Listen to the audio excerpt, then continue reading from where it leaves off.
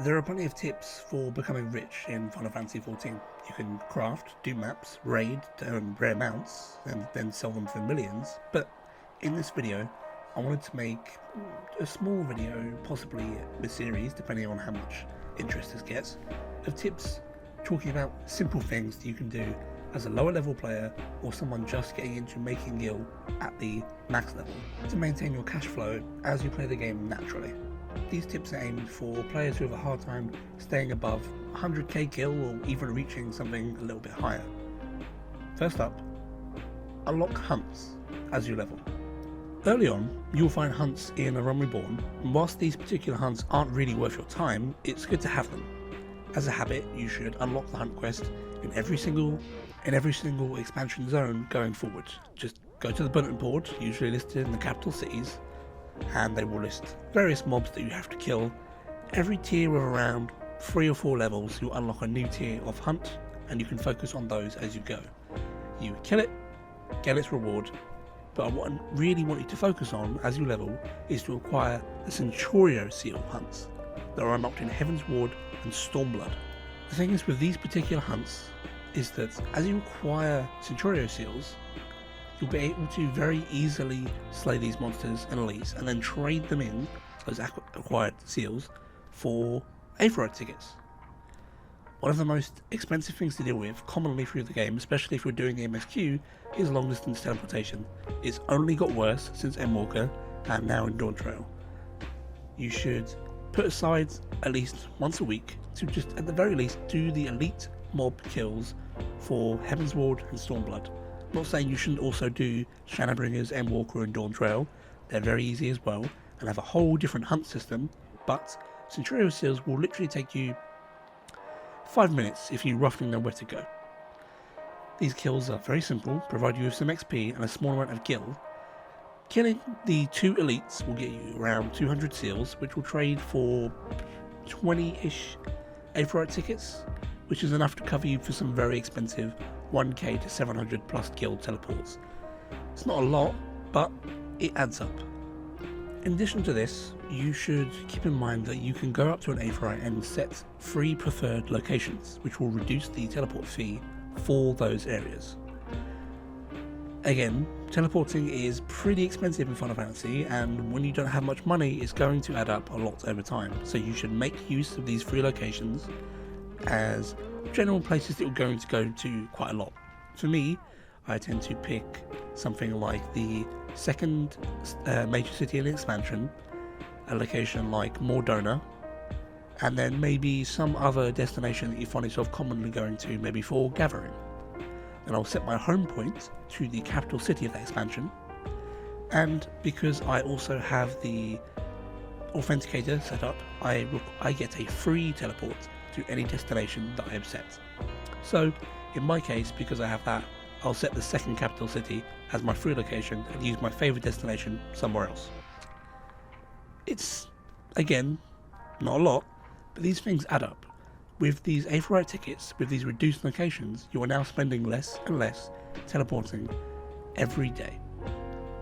Let's say in your average playtime you teleport at least 20 times. If they're all 700 plus, you've spent at least 14,000 gil that session, which is a minimum. You probably spent a lot more. Realistically, you probably spent something like 20k gil. If you're someone who has a hard time getting to 100k gil, you've spent a fifth of your money today, and hopefully you made more to offset that, but you may very well not have. The second thing to keep in mind is always roll on dungeon gear. Why dungeon gear? Well, the significance of this might be lost early on, but you should really always be greedy on gear, even gear that you can't use, because it's a very easy passive way to generate money later on via the retainer venture system and the quick ventures that retainers can do. Now, to do this, you will need to be in a grand company, so it's a level 30 plus ish thing. You'll then need to rank up in the grand company, performing its various quests and required turn-ins. Then, once you've reached a certain rank, you can now turn in dungeon gear. Each time you do so, you'll earn seals and experience if it's for crafting classes. Crafting classes have their own kind of daily, weekly system, which you'll hand in gear for, providing seals as well, and a way to level them up. Bear in mind, for both of these, dungeon gear and crafting gear, if you're in a free company, you'll also give the company credits, experience to level it up, and credits to be spent on various systems that the company uses. If you're not the FC Master, you'll probably be making your FC Master pretty happy by doing this, as these seals can be spent on all sorts of things, including gas for submarines and airships. But that's a system that we should get into in an entirely separate video if we do at all. So, you spent some money on ventures, which is good. Now, we can trade them in for quick ventures, or field ventures. Quick ventures have a kind of randomised loot pool depending on the item level of your character, your retainer character that is, and field ventures have a more targeted loot pool. They take longer, around 2 hours if you're doing the random ones, or a bit less if you're doing the targeted gathering ones for gathering retainers.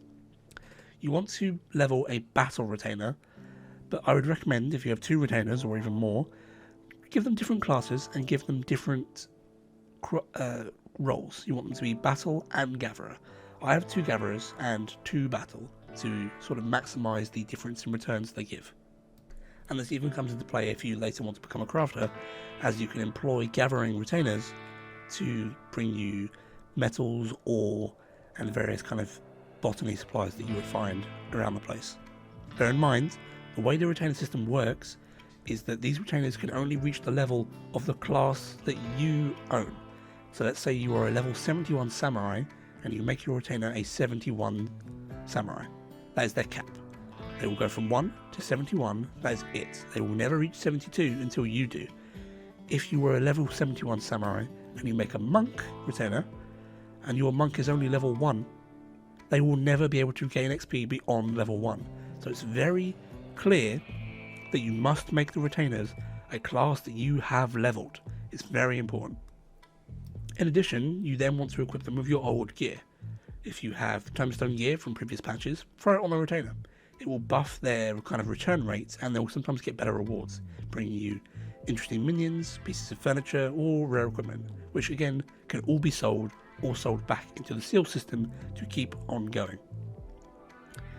That isn't all that you can spend seals on. There are various kind of materials and other little items which in of themselves may be worth money, but this is the simplest and easiest way to kind of get the systems working with each other and set something for an hour or 2, come back and see what your retainers get. It's not going to be the most profitable, but again, it's about maintaining the money you take in. You receive items, you sell some of them, every now and then you get a lucky break, maybe you get a jet black dye or one of the rarer dyes, and you sell that for 100,000, 200,000 depending on the market rate. It's easy. Speaking of easy, the next is just as simple. White job gear that you acquire during quests and there isn't a significant item level increase or you just don't like the look, sell it to your retainer and put it on the market board. Oftentimes this gear will be high quality and other more rich players may seek to purchase your quest gear for leveling their alt classes. It's a good idea to, if you really need the money, do the side quests that aren't really part of the main quest to acquire the pieces of white gear that they drop. Chances are a lot less people are going to actually do those side quests, so those items, those white job gear items, will be worth significantly more money because there'll be less people who've acquired it and then decided to sell it.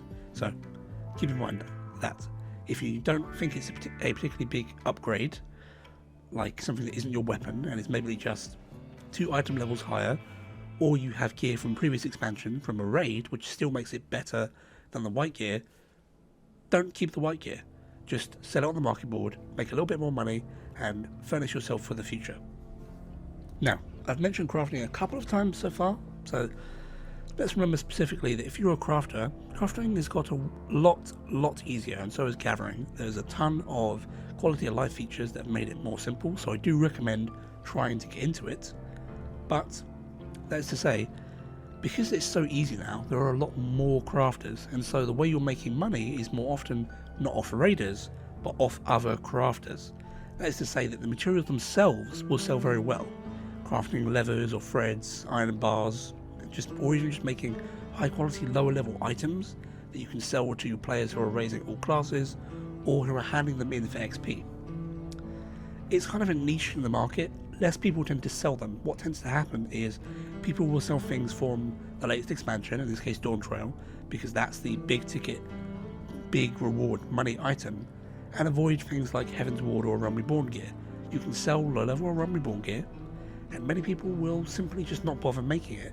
So you could sell something like a simple gladiator sword at high quality and probably earn 12,000 gil on a good day. It's not a lot, again, but it's all about building that plateau that you step up from. 12,000 gil here, 25,000 gil there, 50,000 gil there. As you make more and more items of more and more value, you'll have more of a surplus of gil to fund yourself making better items. It's a ball rolling down a hill. You have to keep pushing it at first, and then eventually there'll be enough momentum that it kind of just goes on its own. Now, a follow-up to gathering itself, and really relevant for those who are max level players in Dawntrail, stock up on tomestones for each of the major Savage releases. Your tomestones at this point can cap to 2,000, and on Savage release day you want to take those 2,000 tomestones, go straight to the tombstone vendor and buy the new materials that have been posted. They'll usually be for around 10 to 20 tomestones per, and then sell in the thousands range each. If you're genuinely low on money and you're at endgame, all you have to do is play some PvE content or casual content, and this is going to be your major money maker every second patch or so. There may occasionally be one dotted in between for various crafting gear, but this will overall make you a decent chunk of money. The only thing is, the sooner you get into it, the better. This is a very, very well-known thing on Final Fantasy, and loads of people will be selling their tomestones or selling the materials in order to make that money early. So, as soon as you get on, during the first week, the prices will probably be high, but each subsequent day after that first week is going to drop and drop and drop. On day 1, maybe you'll get 12,000 per material. On day 2, you might get 5,000, and it will go exponentially down from there, so make the money while you can. Now, let's say for a bunch of these you don't have a lot of time, and you're a lower level character that really just doesn't have that much money, and you're going, okay, I can't do these things, or I really just want to kind of log on to the game, do the MSQ and not worry about crafting or doing hunts and that. Fine, you're strapped for cash, you have maybe 10,000, 20,000, we'll go for one of the oldest tricks in the book, and that's to go to a housing vendor in a ward and simply buy some of the housing items and sell them on the marketplace. Usually, at a minimum, this will be sold for double the price of the vendor, maybe more if you're lucky. Now, bear in mind, you probably want to scout what items you want to sell first, then sell them if you're on that low amount of gil, because there will be a lot of competition, and you're going to have to probably watch your retainer now and then between quests just to check this is actually selling. Usually, they'll sell within the day, if not shorter. If you do this faithfully, now and then, you'll keep building up gil, and within a full stack of 20 items on your retainer, you can probably have 100,000 gil or so by simply maintaining this ploy. Just be wary. Markets trend, and the market will eventually crash on certain items, as some people will notice that today the Hingen table is selling for 50,000 gil. Wow, that's amazing. But you're not the only person to notice how amazing that is. So if you manage to sell 3, 4 on the first day, that's great.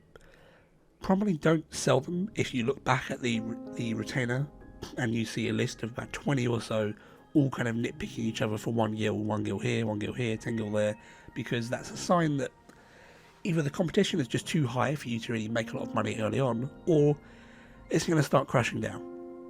If something is exceptionally high and not selling, well, also just don't go all in. You want to check how many people are selling and how often it's actually being bought. Again, unlike other players, you don't really have the money to be messing around. You're a lower level player with not a lot of gil. Go for things that are reliable, go for things that earn you a couple of thousand here and there, and then as you get more gil, as the ball starts to roll, sell more expensive items. Always build up. With that, however, I think we can probably bring this video to a close. If you've any other ideas or non-intensive tips for those without money, then feel free to post below. If you think I've missed something, or I see just a lot of good ideas that you've posted in the comments, maybe we will make this a series, and I'll make a second video going over some other ideas, some other tips that have come to me, other things that aren't very time intensive and that you can do as a lower level character or as a fresh endgame character. But with that, thanks for watching, take care, and I will see you in the next video. Bye for now.